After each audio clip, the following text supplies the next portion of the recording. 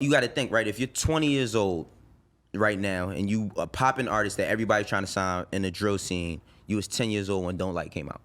And you watch Chief Keef and Lil Reese and Lil Jojo and everybody beef over it. So the only pattern you'll know to be as an artist is what you've seen, right? So it's like, it's not like a Jada Kiss who might have been growing up watching a Rakim or, you know what I mean? Right, And where being a great lyricist was really the emphasis here. But a lot of those kids, I feel like K Flock is a kid who he has like, unfortunately he's locked up, but he has the ability, Beloved too, like Dougie B, like they have the ability, but they don't really know how good they are.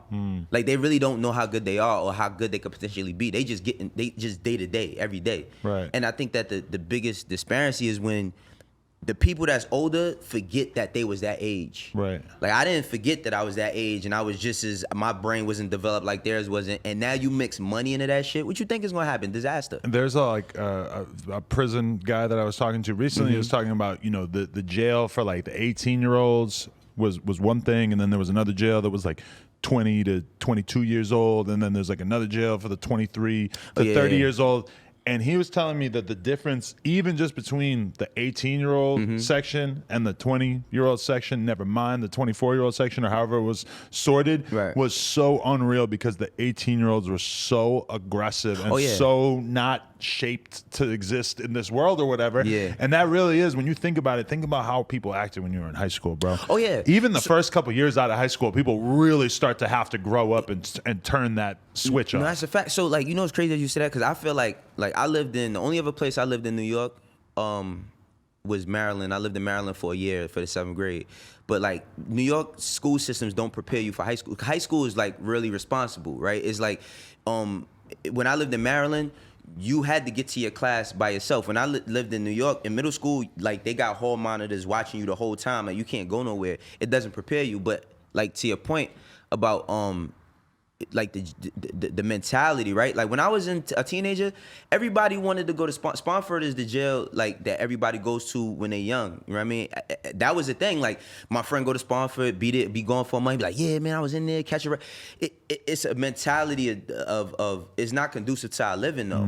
But I battle with that as working in hip hop because a lot of shit in hip hop is not conducive to my living either. You know what I mean? My culture, like this culture that we hold up so high and all of that shit, a lot of that shit is detrimental to my people. Right. So I always battle with, am I not necessarily doing the right thing, but like, if I'm in this space and I sign a young dude or a young lady from a certain area, how can I help them out of that mindset? Right. But there's a lot of people in hip hop who want to deny the connection between the music and the violence as well. It's an extent direct connection. It's kind of absurd. Like Nicki put out a statement in response to Eric Adams or whatever saying like, the music is not the source of the violence. It's like, no, literally songs drop and then bodies drop the next fucking day from some of these songs. Well, there is a connection, right? So the bigger issue to me is there's not enough. I don't want to use policing. I want to use like transparency, right? Like I feel like for me when I was younger, and I think I said this on your on the podcast we did before. Like it was a dude in my neighborhood who his name is Uncle Gene. He's a friend of my uncle, but he was a CEO on Rikers. And he had found out I was gangbanging or whatever. So he pulled me to the side and he was just like, yo, I'm not going to tell your mother what you doing or nothing. Like, you got the right to do whatever you want. I'm just letting you know when you get the Rikers, I'm not Uncle Gene no more. You're going to have to fend for yourself. So if you want that shit, keep going. But if not, you need to stop right now. And I had, like, that term is a village to raise a child. Right. Now it's like, I don't give a fuck. Like, that ain't my cousin. That ain't my little brother. That ain't my... But people don't even care about their little brothers and none of that because they can't even see shit for themselves. So I think that the violence in New York, it'd be ridiculous, and I'm not going. I don't know Nicki Minaj. I can't speak for her or nothing, but it'd be ridiculous for us to say it's not a connection because it was a connection when it was G Unit. Right. When it was G Unit and they was aggressive, everybody knew when they came around. They all came. They had their white tees, Yankee caps. They had an energy that people started emulating. Right. And now the connection's so much more direct because these kids are able to make a song, put it out 2 days later with the video. But like, think about D Block, right? D Block. That was the name was named after like a cell block in prison. So that's you gotta think about marketing, right? Like if you saying and Kiss style, I grew up on the locks. Like I got this tattoo on my neck is a Styles P quote. But when I was a kid and I was listening to the Locks every day, I learned a lot of stuff from them, but I also learned I had a mindset of being violent because of certain things they said. It'd be ridiculous to say. That's why the whole shit, I'm not a role model. I don't raise your kids. No, yes, you do. You might not want to take, you don't have to take responsibility, but to say that, like even for you, Adam, right? Right. There's young kids all over America or wherever, or it might be a young kid in the town. Where you from again? New Hampshire. You from New Hampshire? I only been to New Hampshire like one time. That's one more time than most people. Yeah. Yeah, but it might be, let's say it's a young white kid in New Hampshire that sees what you're doing every day and says, damn, Adam went to school right there, or he used to live, or he had a job right there. I could be that, right? That's how hip hop is. So if we see somebody that's banging blood or banging Crip, you might not say I blooded him in or I put him on his set or whatever, but he or she is gonna become join a gang based on because of you, because they looking at you as fucking Superman. You feel me? And to say that there's not a connection, it's definitely a connection. I just think that artists can't take a direct responsibility for it because they can't control it themselves. And there's this whole like cycle of life that a lot of people don't necessarily acknowledge, but there's a thing where you're a kid and you need support from your community, from your parents, etc., from your family, and they're the one, like, you can't just exist as a 6-year-old. So, you know, your childhood is covered or colored by the fact that you need the support network around you. Right. Then you start to turn, you know, 15, 16, 17, 18, and this thing starts to click in your brain where you're like, oh no, like I could be independent. I could be outside. I could stay out till 4 a.m. Right. I could have a job. I could have a hustle or whatever. Like I don't need my parents. I don't need to talk to my mom all week. Right. And guys start to get into that mind state. Then you get a little older, you start to have kids, and you start to think, okay, society does matter because I actually do care about the world that my kid is growing up in. Right. And you don't want to raise your kid in a world that's full of fucking 18-year-old thugs who are just doing whatever the fuck they want to do. You know, you want to live in a community that takes care of itself, et cetera. And that's this whole cycle of life where you have this chunk that might only be 5 years or however many years of your life in which you don't really care about the social fabric as much, but it matters to you before and it matters to you after. Hey guys, just wanted to interrupt this here interview and let you know that this podcast is sponsored by Blue Chew. If you need some help keeping a harder/stronger erection, Blue Chew just might be the thing for you. I've known a lot of people over the years who were into Viagra or Cialis. Well, this has a lot of the same active ingredients, but it's available in a chewable form, and personally, I prefer it. Blue Chew is an online prescription service, so there's no awkward visits to the doctor or anything like that. You just go online and it's delivered to you in discreet packaging, so nobody's going to know what you're getting your hands on. All you have to do is head on over to bluechew.com and consult with one of their licensed medical providers. Those medical providers actually work with you to figure out what kind of dosage you need and what might be best for your particular needs. And the best part is that these are chewable tablets, not no weird-ass horse pills. These things are made in the USA and shipped directly to you, so there's no added costs. It's very, very inexpensive. And we have a special deal just for our listeners. You can try Blue Chew for free when you use the promo code Adam22 at checkout. You'll pay just $5 in shipping. So head on over to bluechew.com and use promo code Adam22 and you will receive your first month free. When I was a teenager, I didn't understand the word value until I became a parent. And I don't even think I understood it then, right? Because like when I was a teenager, I didn't care if I lived or died. Like exactly. I went to this alternative high school and I had this it was like a small room, like smaller than this room maybe, and it was like maybe 10 of us, like 6 boys, 4 girls, and we would have like a counselor come in one month because, you know, we didn't have guidance counselors, so the counselor come in and just talk to us. And I talked to this guidance counselor and she asked me, I think I was 16 at the time, she said, where did I see myself when I was 18? And I was like, I'm not gonna be alive by the time I'm 18. And she was like, why? And when I explained to her why, I felt like that this lady broke down crying. And I'm like, fuck are you crying for? I'm the one that's gonna die. Like, you know what I mean? Like, that was my mindset, but I didn't see value. So the thing about it is we got tons of kids all over the world that don't see value in themselves. When they look in the mirror, they feel invisible.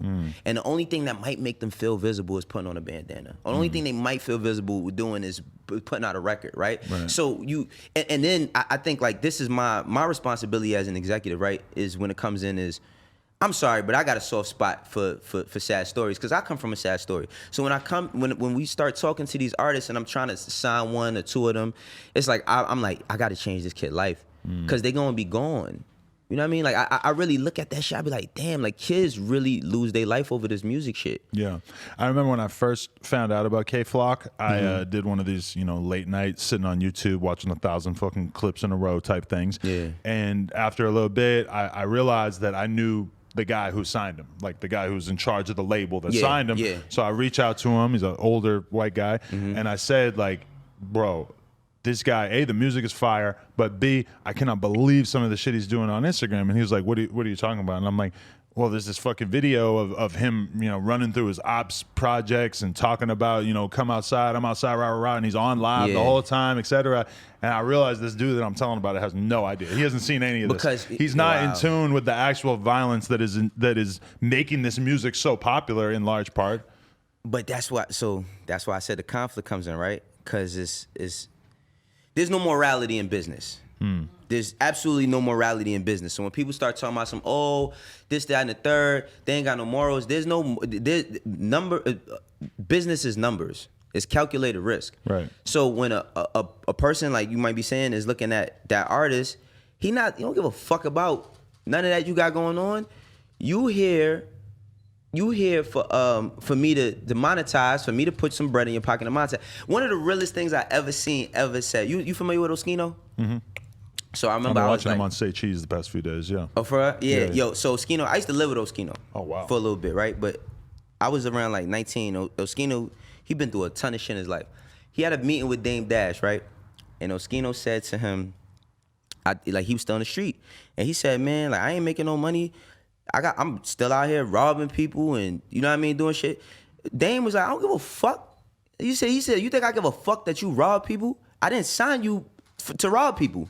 I signed you to give you an opportunity to change your life. Where's your music? So he had a partner. They didn't never see eye to eye. He's trying to go solo, but they in a deal to be partners. He don't have a solo deal. But it was real eye-opening to me to Dame, and I don't think Dame said nothing wrong. Cause he's like, I didn't, like, you telling me you in the streets and you hustling and all that, like, I don't care about none of that shit. I don't feel sorry. Like, I'm not about to feel sorry for you and go in my bank account and give you some bread.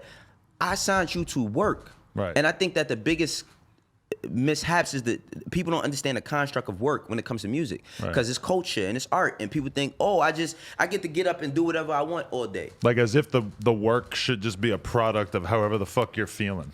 Which is really not how that's the smallest works. part, though. But that's the smallest part of everything, right? Yeah. If you look at any form of entertainment, specifically sports, right? Like, all right, the playoffs ain't the playoffs if everybody ain't putting in the work in the offseason. If everybody's just chilling and they like, now athletes is like just a lot of them just overgrown fucking kids with crazy athletic ability. But if none of them do any work in the offseason, what's the product? The product is not going to be but so good. Right. But if they put in all of the work, that's how you get to champions and MVPs and six-mans and all that shit. And can you imagine someone in the music business taking on the role of like a coach? Like actually, like I don't know exactly what coaches are doing, but I get the understanding that they're pushing these motherfuckers to go hard as fuck. Imagine if you had a guy like that for an upcoming rapper who is treating their rapping skills like that, because it's also kind of the coach's business that you're not getting in trouble, that you're not getting fucked up, etc. Right? Well, I'll say, that's why I named my company Trying to Go Offense at the time. You know, because I adapted that mindset of like,